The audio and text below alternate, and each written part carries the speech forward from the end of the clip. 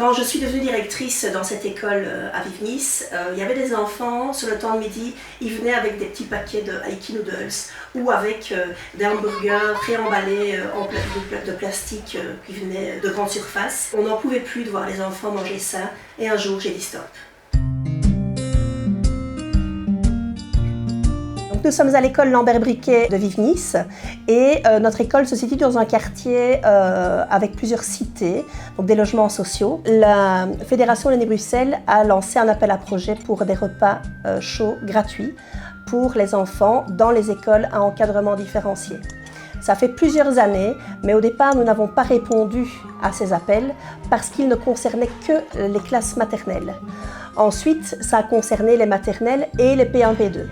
Et nous n'avons toujours pas répondu parce que dans notre école, nous avons plusieurs familles et je ne voyais pas comment justifier auprès d'un parent que son petit aurait un repas chaud gratuit et pas les grands frères et les grandes sœurs. Donc cette fois, c'est ouvert à tous les élèves de l'école et donc avec l'aide de la commune, nous avons décidé de participer à cet appel à projet et nous avons été retenus.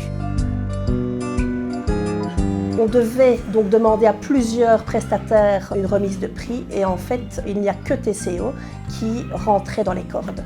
TCO, c'est une entreprise qui s'inscrit totalement aussi dans l'alimentation saine avec des légumes bio, des légumes de saison, des légumes oubliés aussi, des préparations qui conviennent vraiment aux besoins des enfants.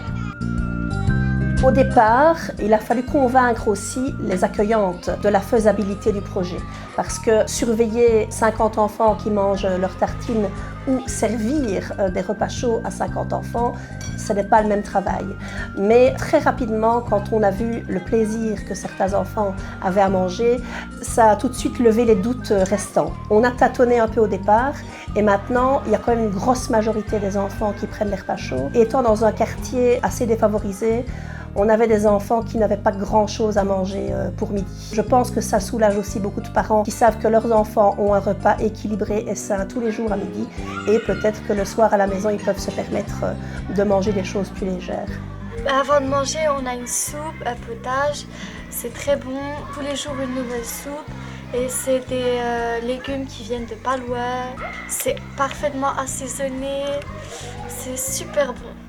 Sous l'initiative de l'enseignante maternelle, nous avons développé cette idée de créer un potager dans l'école. C'est déjà une personne qui aime beaucoup travailler dans son jardin. Et ici, donc, les enfants prennent conscience vraiment d'où viennent les légumes, ils travaillent de la terre et ils le font eux-mêmes avec l'enseignante. On a pris du terreau, on les a mis dans un pot, après on a mis une graine, puis de l'eau et après on a remis du terreau. Au début, on a vu des toutes petites pousses. Après, elles sont devenues super grandes. Dans mon autre école, parce que j'ai 2 implantations, nous essayons aussi de promouvoir l'alimentation saine, les fruits, les légumes. Ça commence vraiment à prendre dans toutes les implantations de la commune d'Oupeille. Comme l'école de Vive-Nice et à Accourt, la cour d'école, qui ont des cantines durables, nous avons ici, sur la cité Ouéry, un potager collectif où nous avons plus d'une vingtaine de parcelles qui sont dédiées à chaque personne susceptible et désireuse de réapprendre à cultiver un potager. Tout est bio et on cultive le sol, mais on cultive également une bonne entente et une bonne harmonie. Aujourd'hui, j'ai planté des tagettes et c'était hyper cool. C'est important parce que les tagettes, ça fait éloigner les escargots pour que les fruits soient en bonne santé et qu'on puisse les manger. C'est toujours un événement très récréatif et très festif où ils ont une très grande curiosité, quel type de plante, comment faire, comment le planter. En 2 générations, on a perdu énormément de ce savoir-faire. Donc la commune nous aide et pousse à ce que les gens, les citoyens, puissent se réapproprier le jardinage potager familial que tout un chacun connaissait avant. Donc ici, on est à Hermal-sous-Argenteau. L'objectif, c'est de resserrer les liens entre les gens et de se rapprocher un peu de la nature. Ce qu'on a fait ici, on a été engagé par le port autonome de Liège pour créer ce projet, qui a 8 ans maintenant d'ici, et on y arrive relativement bien. Il y a une je dirais une trentaine de personnes qui participent au projet. Pour le moment, l'ambiance, ça se passe super bien, que ce soit entre les gens qui ont des parcelles individuelles, qui louent à l'année, ou dans le collectif. D'un point de vue déjà des liens humains, il y a énormément de gens ici qui n'avaient pas d'amis finalement en démarrant ce projet et qui se sont créés, comme ils peuvent le dire très bien, une famille en arrivant dans ce potager, qui se réunissent tous les jours, même en dehors des ateliers, même en dehors des moments communs, quoi. Je pense que clairement, dans certains endroits bien précis de la commune et un peu partout d'ailleurs, il est important de créer ce genre de truc pour que les gens se rencontrent en fait. Ça n'a l'air de rien, mais c'est complètement énorme parce que ces personnes qui participent à ce projet vont transmettre ça à leurs enfants, à leurs petits-enfants, etc. Pour moi, c'est indispensable dans la société actuelle, quoi. On a réussi d'une certaine manière à toucher les gens et à leur faire comprendre qu'en plein hiver, c'est totalement inutile et même un peu insensé d'aller acheter des tomates au magasin, quoi. Autant consommer les légumes qu'on cultive sur le terrain. Et ben, ici, il n'y a pas grand-chose, et on se débrouille, quoi. Pour moi, à mon objectif principal ici dans ce projet, c'est celui-là. Et puis tout ce qui tourne aussi autour de l'économie d'eau, tout ce qui tourne autour du potager en général, quoi, et aux ressources.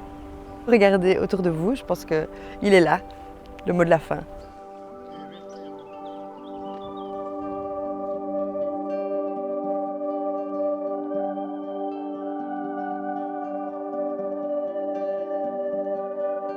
Bienvenue, nous sommes sur le site d'Érable Génération. Ici, nous sommes dans un centre de jour pour personnes en situation de handicap principalement, mais pas que. Nous avons également des jardins partagés qui sont ouverts aux citoyens et nous existons depuis 1993. Nous travaillons principalement les autonomies des personnes et l'insertion sociale. Donc ici, le cadre permet à la fois d'apprendre certaines choses qui sont en lien avec la nature. Il y a aussi tout ce qui est projet cuisine et autres. Donc voici du pesto fait maison avec nos aliments du jardin, nos légumes. Donc soit c'est à base de roquettes, soit c'est à base de basilic. Voilà, donc tout ce que nous produisons, on essaie de le transformer pour nos bénéficiaires. Notre site permet de travailler à l'extérieur, dans un espace qui est très grand et très beau.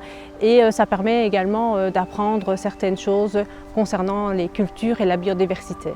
L'espace est tellement grand qu'on a des lieux différents, des lieux qui sont exploités par nos bénéficiaires, par une entreprise de formation par le travail et par des citoyens. Ça permet de pouvoir avoir un échange sur les différents intérêts de chacun, mais à la fois une satisfaction par rapport à ce qui est produit dans les différents lieux de culture.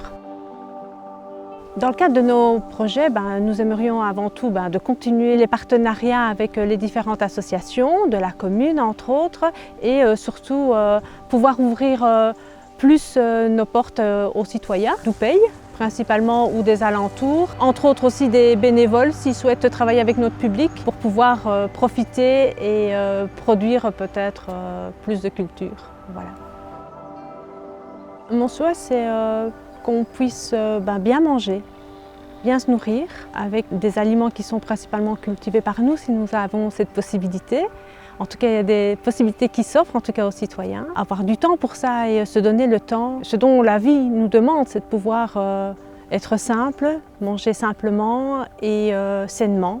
Donc voilà, moi je vois une agriculture beaucoup plus locale et accessible à tous.